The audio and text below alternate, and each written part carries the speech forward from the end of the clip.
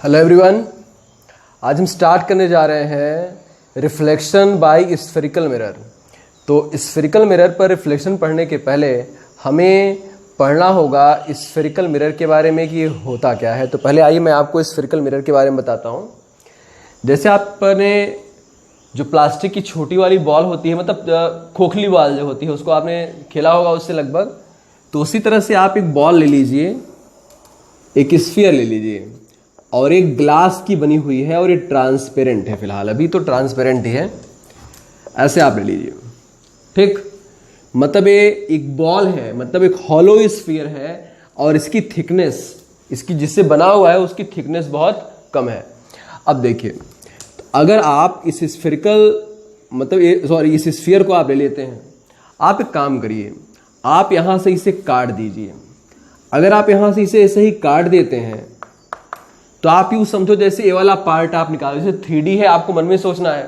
तो जैसे बॉल से अगर ये वाला पार्ट आप निकाल लेंगे तो इससे एक प्लेट टाइप चीज आपको मिलेगी। मतलब आपको इस तरह की कोई चीज मिलेगी, ऐसे, मतलब ये इस तरह की होगी वो। मैं ऐसे तो आपको दिखाने की कोशिश करता हूँ, ऐसे, मतलब इस तरह की बनेगी। ठीक है, अब आप यूँ समझो कि इस तरह का ऐसे है। अब आप एक काम करिए, जैसे आप इसके पीछे वाले सरफेस पे जो इस तरफ का है, जो उठा हुआ है, कॉन्वेक्स बना हुआ है, जो इसको आप पॉलिश कर देते हैं। ठीक है, उसे आप लेड ऑक्साइड से या सिल्वर से आप उसे कोट कर देते हैं, मतलब उस पर पॉलिश कर देते हैं। तो जो सामने वाला है ना, इधर वाला, ए वाला, जो इसे गड्ढा जिसमें बना हुआ है, इसमें आप अपना फेस देख सकते हैं। तो अभी मिरर का काम करेगा। ठीक है, अब ये मिरर जो है हमारा एक कॉनकेव मिरर है।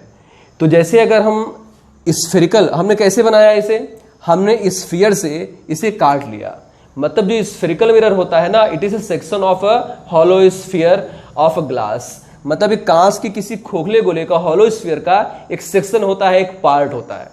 अब देखिए, अब जैसे आप समझो कि आपने देखा कि ऐसे आप लिए हैं इसे, आप यहाँ पे इसे पॉलिश कर देते हैं तो इसमें आप फेस देख सकते हैं। तो ये आपका कॉनकेव वाले में अगर आप फेस देख सकते हैं और कॉन्वेक्स वाले पर आपने पॉलिश की है, then this mirror is called concave mirror. Okay, अब जैसे मान लीजिए कि आप इधर पॉलिश कर देते इस तरफ वाले पे, तो आप इस वाले पे अपना फेस देख सकते। ठीक, तो आपका अगर आप इस वाले पे पॉलिश कर देते हैं और कॉन्वेक्स वाले पर आप फेस देखते हैं, मतलब वो रिफ्लेक्शन सरफेस का काम करेगा, तब हम बोलेंगे कि वह कॉन्वेक्स मिरर है। मतलब अगर हमने इसे ऐसे कट किया, इससे निकाला, तो इस पे हम पॉलिश दो तरह से कर सकते हैं। अगर हम इस तरफ भी पॉलिश, इस तरफ पॉलिश कर देंगे, कॉन्वेक्स वाले पर पॉलिश कर देंगे, तो कॉनकेव वाला रिफ्लेक्शन सरफेस का काम करेगा। अगर हम कॉनकेव वाले पे पॉलिश कर देंगे तो कॉन्वेक्स वाला रिफ्लेक्शन सरफेस का काम करेगा। तो इसका जो नाम रखा जाएगा ना, पॉलिश वाले की बेस पे नहीं रखा जाएगा। इसका जो सरफेस रिफ्लेक्शन सरफेस का काम करेगा, उसी के बेस पे हम इसका नाम रखेंगे। तो अगर इसका कॉनकेव वाला सरफेस रिफ्लेक्शन सरफेस का काम कर रहा है, then this is concave mirror. अगर कॉन्वेक्स वाला आपका मिरर का रिफ्लेक्शन सरफेस का काम करेगा, तो इसे हम बोलेंगे कॉन्वेक्स स्फेरिकल मिरर। तो इस तरह से अगर हम देखें तो हमारे पास हमारी जो पहली डिफिनीशन बनती है, जो हमें पढ़नी है, स्फेरिकल मिरर। स्फेरिकल मिरर, तो अगर स्फेरिकल मिरर के बारे में अगर हमको बोला जाए तो उसकी डिफिनीशन शॉर्ट सिर्फ इतनी है कि spherical mirror is a section of a hollow sphere of glass. देखिए, मतलब ये जो हमारा मतलब स्फेरिकल मिरर है, सेक्शन होता है हॉलो स्फीयर का, जिसके एक सरफेस पे पॉलिश की गई है। ठीक है ना, उस one surface is polished and one surface work as reflection surface. मतलब जिसका एक सरफेस जो होता है पॉलिश्ड होता है और दूसरा सरफेस रिफ्लेक्शन सरफेस का काम करता है। अभी हमारा दो तरह का हो जाएगा। जैसे हमारा ये जो मिरर, स्फेरिकल मिरर है हमारा, ये दो तरह का हो जाएगा। जैसे कि हम पहला हम बोल सकते हैं concave spherical mirror, spherical mirror, and second one is convex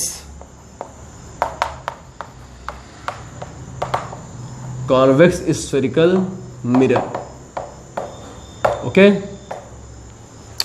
अब देखिए, तो जैसे कॉनकेव स्फेरिकल मिरर में क्या होता है, जिसमें जो उसका जो कॉनकेव वाला सरफेस होता है, अगर वो रिफ्लेक्शन सरफेस का काम करेगा और कॉन्वेक्स वाले पर पॉलिश होगी, तो इसे हम बोलेंगे concave spherical mirror.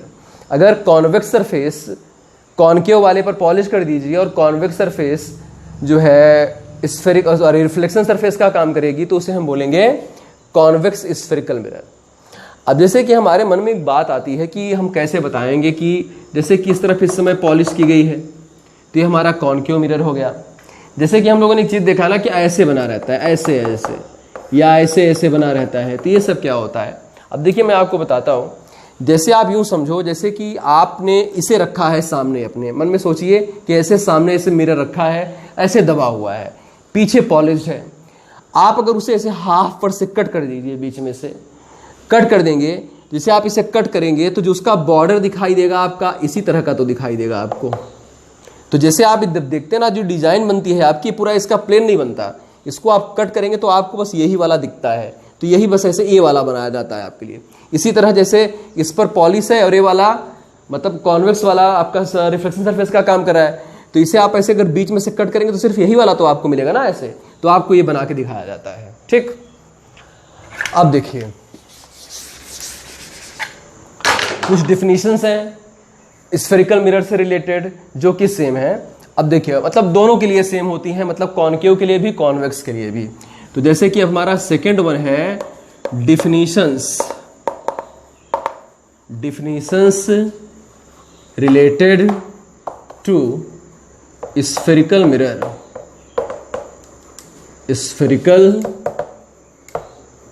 Mirror, okay. जैसे आप यूँ देखो, पहले मैं आपको समझा देता हूँ फिर मैं बताता हूँ कैसे आपको लिखना है। जैसे आप ये मान लीजिए, मैं इसे पहले ऐसे बना देता हूँ, थोड़ा सा आपको समझने में आसानी होगी। मैं दो बना रहा हूँ, दो।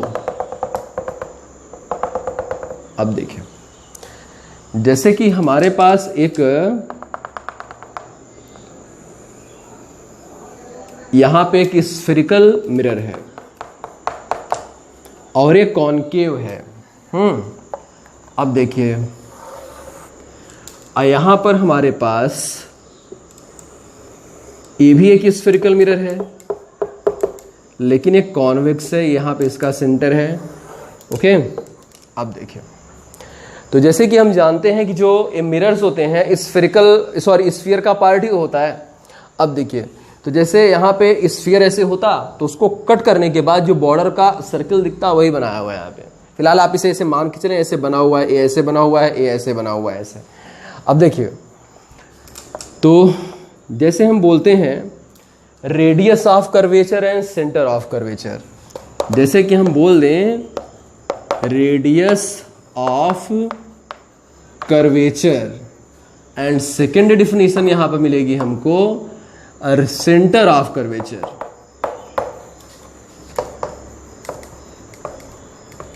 Centre of curvature. अब देखिए तो मैं इसे रिपीट करता हूं आपके लिए फिर से, सॉरी मैं बताने जा रहा हूं अभी। देखिए जैसे ये जो हमारा मिरर होता है किसी स्फीयर का ही पार्ट होता है, तो जो स्फीयर का रेडियस होता है ना, रेडियस, वो जो रेडियस है मतलब देखिए वह उस स्फीयर का रेडियस, जिस स्फीयर का हमारा मिरर एक पार्ट होता है, उसे हम बोलते हैं radius of curvature of mirror. अब देखिए जो हमारा जैसे, अब देखिए जैसे ये भी इसी स्फीयर का पार्ट है तो इसकी रेडियस यहाँ पे है ना, तो चाहे कॉनकेव के लिए और कॉन्वेक्स के लिए दोनों के लिए कॉमन डिफिनेशन होती है या कि हमारा जो स्फेरिकल मिरर होता है, जिस स्फीयर का सेक्शन होता है, पार्ट होता है, उसके रेडियस को स्फीयर का रेडियस ऑफ कर्वेचर बोलते हैं और उसके सेंटर को सेंटर ऑफ कर्वेचर बोलते हैं। ये सेंटर स्फीयर का है, लेकिन ये बोला जाएगा इसका जो है इस मिरर का सेंटर ऑफ कर्वेचर। ठीक, अभी मैं आपको इसके कर्वेचर, जो कर्वेचर सेंटेंस है, इसको और थोड़ा सा मतलब एक्सप्लेन करता हूं, पहले सारी डिफिनेशन बता लेता हूं तब। ठीक, अब देखिए उसके बाद देखिए ये जो मिरर है ना आपका मिरर, इसका जो मिड पॉइंट होता है that is called pole of mirror. जैसे कि हमारा centre of radius of curvature हुआ, सेंटर ऑफ कर्वेचर हुआ। थर्ड है पोल, जो हमारा पोल का मतलब हुआ जो मिड पॉइंट ऑफ, देखिए mid point of spherical mirror is called pole. Okay, मतलब जो हमारा मिरर है इसका जो मिड पॉइंट यहां पे है इसे हम बोलेंगे पोल बोलेंगे। ठीक, अब देखिए उसके बाद ये पोल दोनों के लिए कॉमन हो गया, दोनों के लिए सेम डेफिनेशन है। ठीक, अब देखिए अब जो है हम आते हैं एक्सिस पर। किस पे आते हैं? एक्सिस पे। तो जैसे line passing through centre of curvature and pole, okay, line passing through centre of curvature and pole और line joining centre of curvature और pole is called axis of spherical mirror. मतलब ये जो लाइन जा रही है ना आपका सेंटर से और पोल से होती हुई जो लाइन जा रही है, इस लाइन को हम बोलते हैं एक्सिस बोलेंगे। ओके, प्रिंसिपल एक्सिस आप बोल सकते हैं, प्रिंसिपल एक्सिस, प्रिंसिपल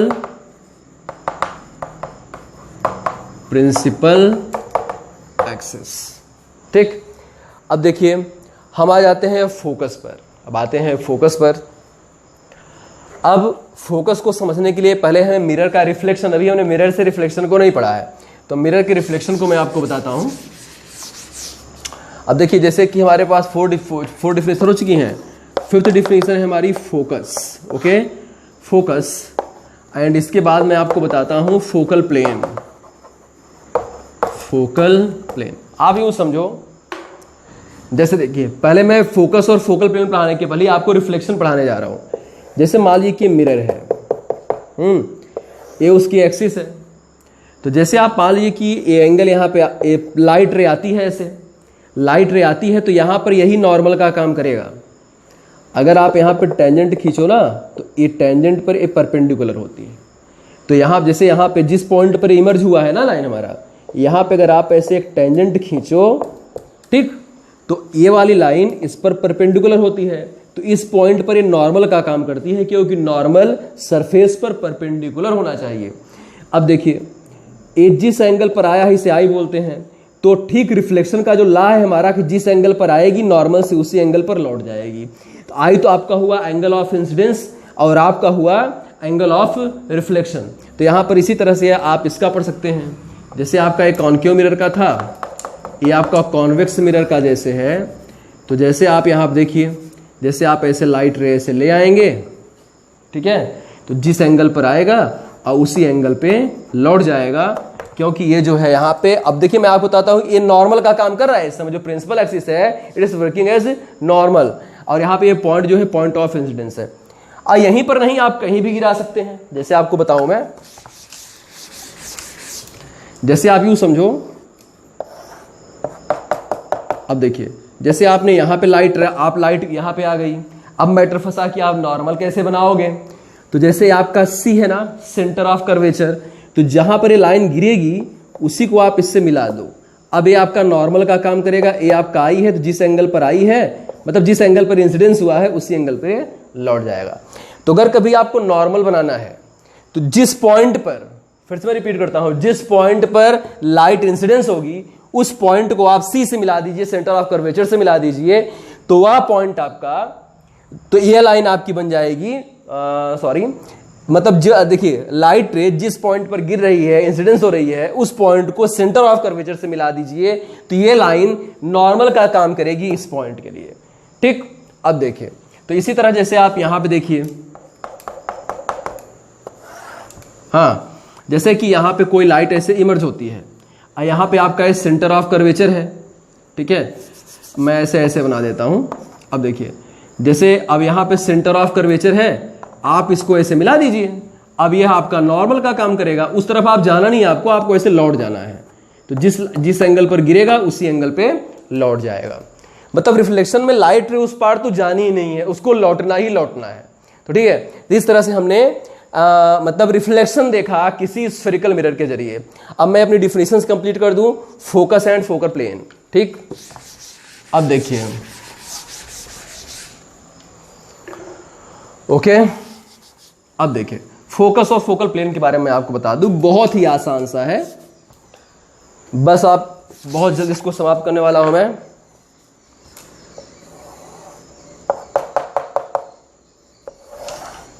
देखिए आई थिंक बहुत टेढ़ा बन गया है, मैं फिर से बना देता हूं इसे।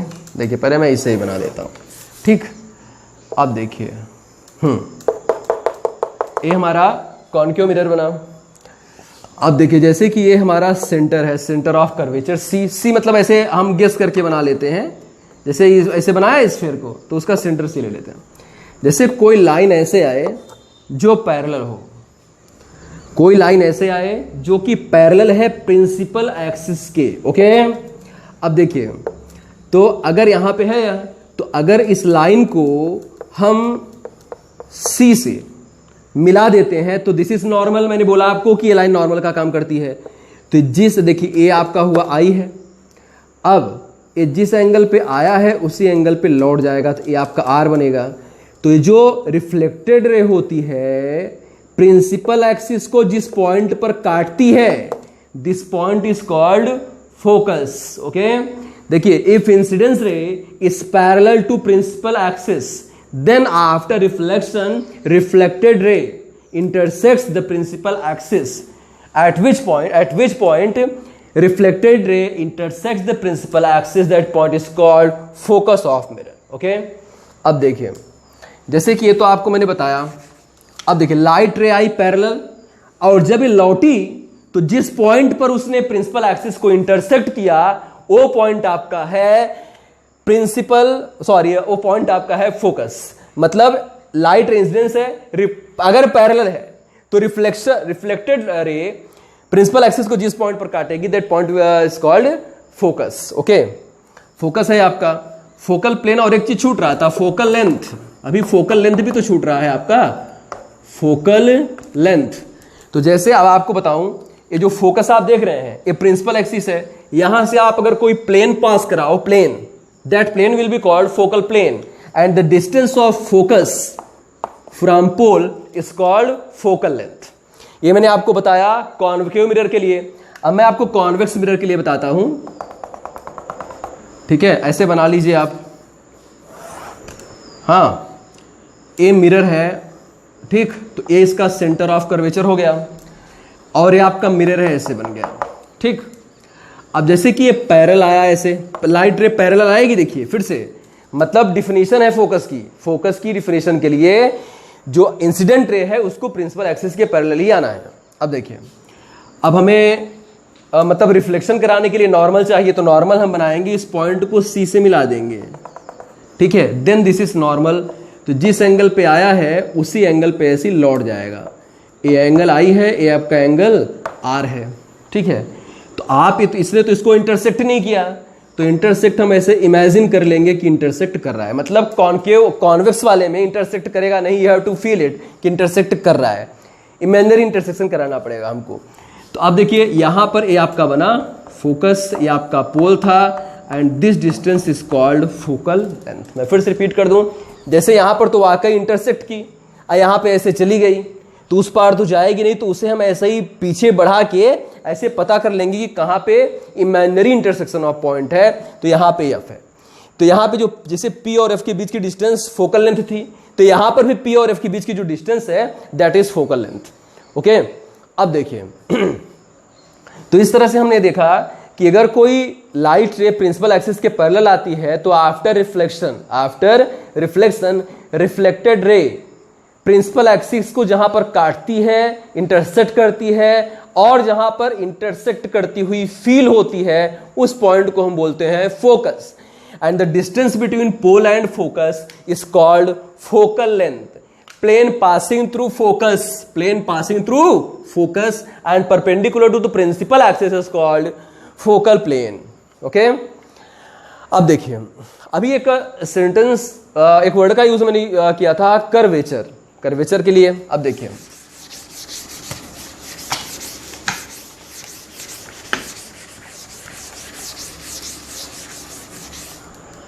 जैसे कर्वेचर के बारे में बताओ। जैसे कहीं पर कोई मिरर है आपका ऐसे, ठीक है, तो जैसे हमारे मन में आता है क्या मिरर में से गड्ढा होता होगा। जैसे आप चाहते हो कि हल्का सा प्लेन रहे, तो मैं आपको बताऊं, जैसे एक बहुत बड़ा सा स्फीयर हो, बहुत बड़ा सा स्फीयर, ठीक, और उसका एक छोटा सा पार्ट आप काट लो, इतना पार्ट।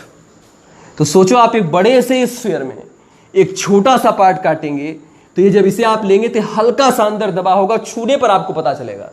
आपको इस समझ में नहीं आएगा कि उसमें गड्ढा हुआ पड़ा है या वो बहुत ज्यादा उठा हुआ है। अब आप इसको अगर उठाते हैं, इधर पॉलिश कर देते हैं तो कॉन्केव बन जाएगा, इधर पॉलिश कर देते हैं तो कॉन्वेक्स बन जाएगा। तो इस तरह से आप देख रहे हैं कि अब जो है अगर ये कोई मिरर है, अगर ये कोई मान लीजिए इस तरह से अगर कोई मिरर होता तो इसका तो रेडियस सेंटर ऑफ कर्वेचर काफी दूर चला जाता और रेडियस ऑफ कर्वेचर भी काफी ज्यादा होता।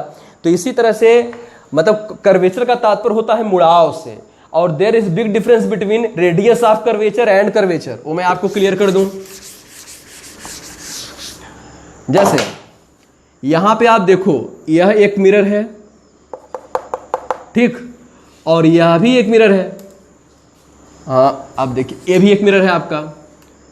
तो आपको मैं एक चीज बता दूं, जैसे इसका कर्वेचर, इसका मुड़ाव काफी ज्यादा है, इसका कर्वेचर कम है, लेकिन अगर आप इसका स्फीयर मेंटेन करेंगे, अगर आप इसका स्फीयर मेंटेन करते हैं तो इसका सेंटर ऑफ कर्वेचर यहां पे है, रेडियस आप कितनी बड़ी है, लेकिन अगर आप इसका स्फीयर मेंटेन करते हैं तो आपका सेंटर ऑफ कर्वेचर काफी दूर मिलेगा, रेडियस ज्यादा मिलेगी। अब देखिए, अगर आप इसे और ज्यादा मोड़ देते हैं ना तो आपको और कम मिलेगा। तो कर्वेचर क्या है आपका? मुड़ाव, ओके, प्रॉपर्टी है उसकी एक तरह से। अब देखिए, जो रेडियस ऑफ कर्वेचर है फिजिकल क्वांटिटी हो गई। तो जैसे जितना ज्यादा मुड़ा होगा, कर्वेचर जितना ज्यादा होगा, रेडियस उतनी ही छोटी होगी, और कर्वेचर जितना कम होगा, रेडियस उतनी ही बड़ी होगी। जैसे आप इसे अगर और स्ट्रेट कर देते हैं तो ए और बड़ा हो जाएगा। तो मुड़ा जितना, कर्वेचर जितना कम होगा, रेडियस ऑफ कर्वेचर उतना ही ज्यादा होगा। मतलब जैसे जैसे इसका मुड़ाव कम होता जाएगा, रेडियस ऑफ कर्वेचर बढ़ता चला जाएगा और सेंटर ऑफ कर्वेचर भी दूर होता चला जाएगा। तो इस तरह से इस वीडियो में हमने स्फेरिकल मिरर के बारे में पढ़ा, उसके द्वारा लाइट का रिफ्लेक्शन देखा, ठीक है, उससे रिलेटेड डिफिनेशंस पढ़े। ठीक है, अगले वीडियो में मैं आपको इसके रेडियस ऑफ कर्वेचर और फोकल लेंथ के बीच रिलेशन बताऊंगा और उसको डिराइव करूंगा। तब तक के लिए थैंक यू। अगर आपको वीडियो अच्छा लगा हो तो प्लीज़ चैनल को सब्सक्राइब करिए, वीडियो को लाइक करिए, और जो है शेयर भी करते रहें, जिससे मेरे सब्सक्राइबर भी बढ़ते रहें। Thank you.